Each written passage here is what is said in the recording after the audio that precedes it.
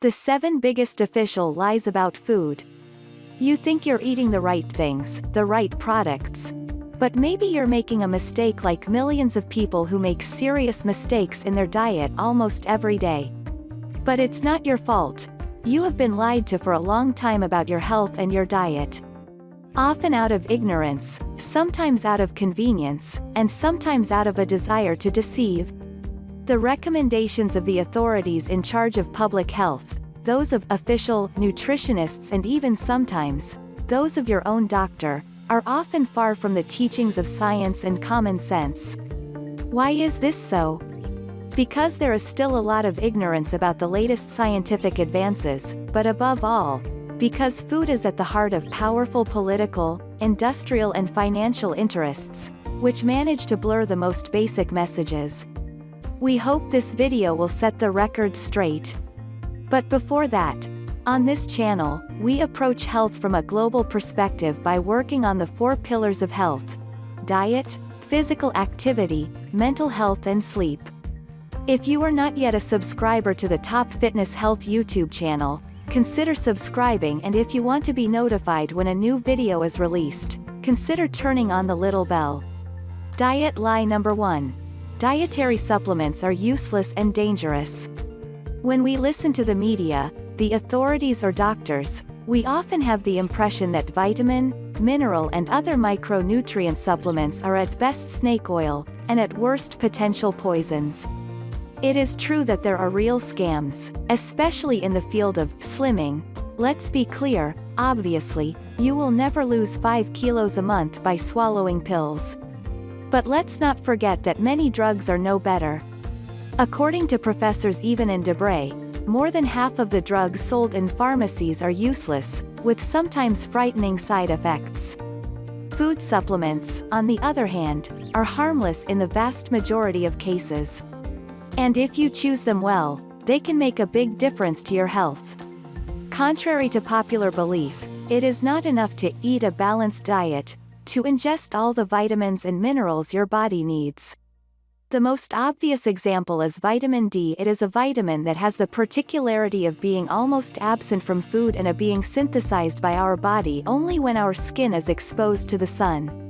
And since we spend most of our time within 4 walls, it is very common to be deficient today.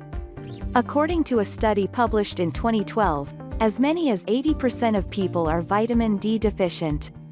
That's a dramatic number when you consider that a vitamin D deficiency is associated with a higher risk of dying from heart disease, cancer or infection. This is the first dietary supplement that almost all people should take, every day, vitamin D. But it is not the only one. A perverse effect of the development of intensive agriculture is that fruits and vegetables are now much less nutritious than before. Researchers have calculated that an apple today contains 100 times less vitamin C than 50 years ago. And if you want to get the same amount of vitamin A in an orange from the same era, you now have to eat 21. That's why leading nutritionists, like Professor Willett of Harvard University, recommend that everyone take a quality multivitamin supplement every day in addition to a balanced diet. Diet lie number 2. Dairy products are our friends for life. Everyone has heard it at least once. We should eat, at least 3 dairy products a day.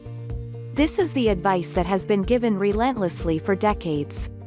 But what is it really based on if not the influence of the dairy lobby?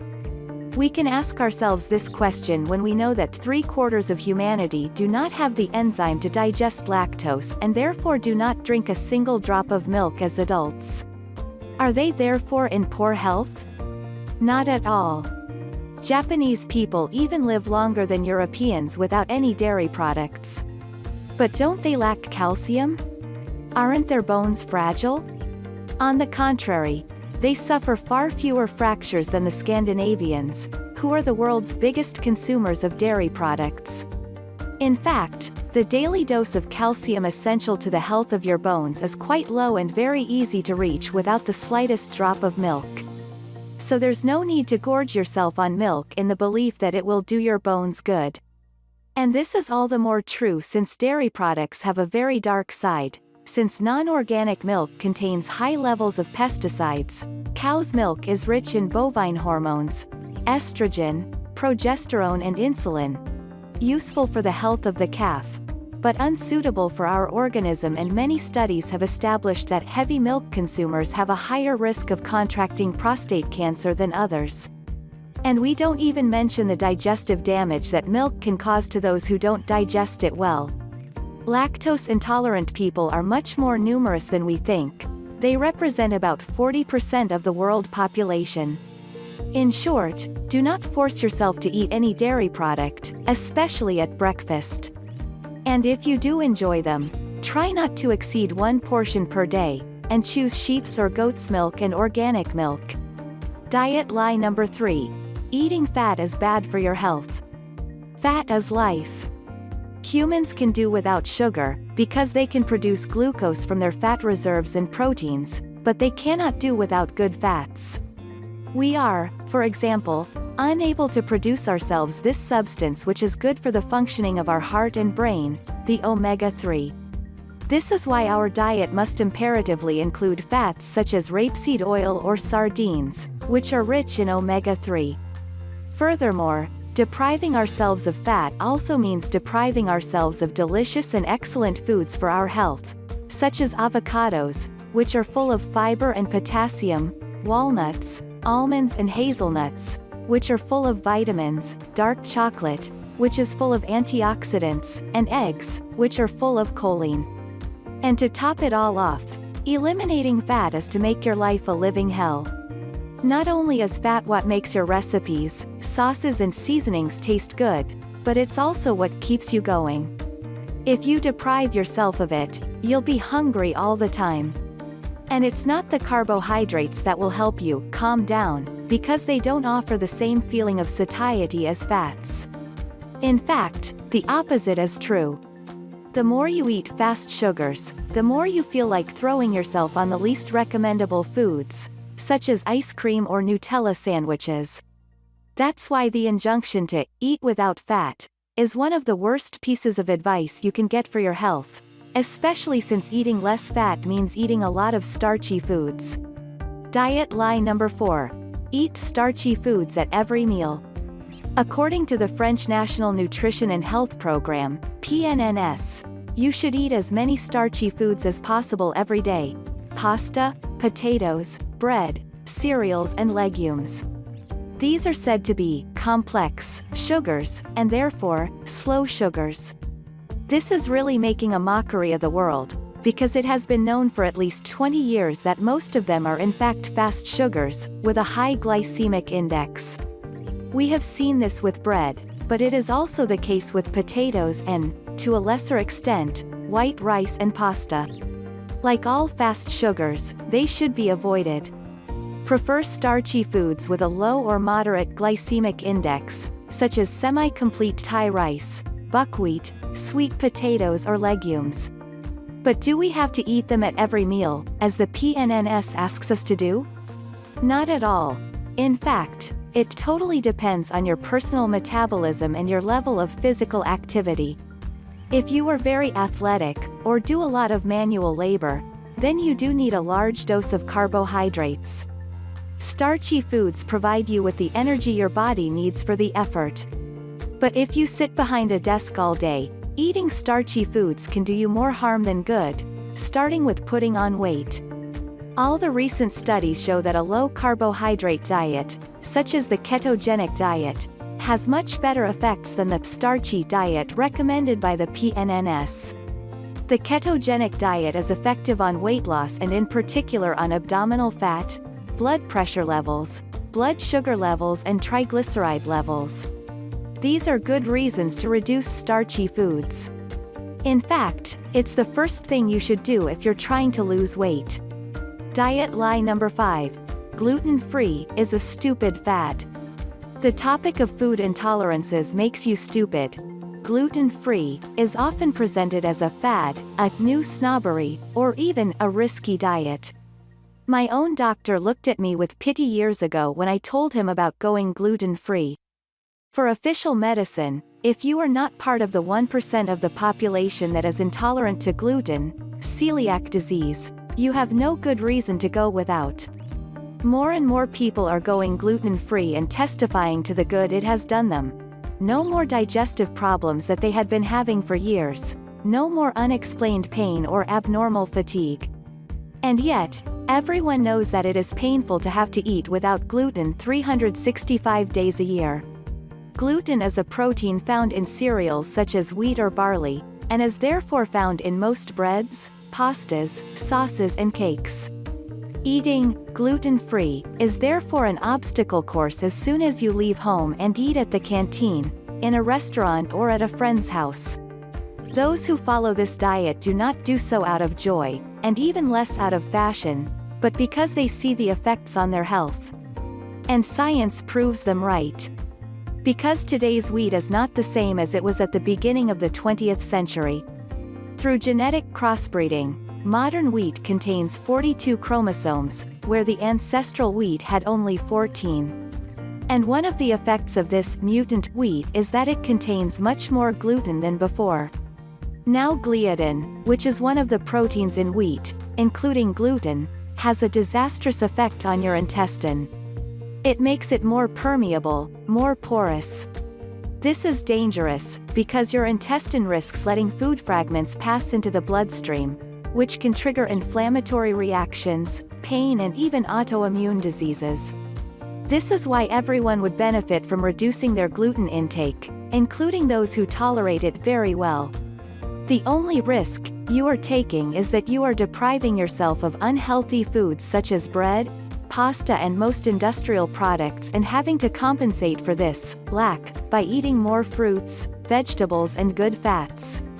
Diet lie number 6. To lose weight, cut calories. Most official nutritionists believe that cutting calories is enough to lose weight. And since fats contain more calories than carbohydrates, they advise you to eliminate fatty foods first. This would make sense if all calories were equal. But as we have seen, this is absolutely not the case and is therefore disastrous advice. Before reducing the number of calories consumed, we must first be concerned with consuming calories that provide a feeling of satiety and serenity. And do you know why most diets fail so miserably? Hormonal reasons. When you starve yourself, you put your body under stress.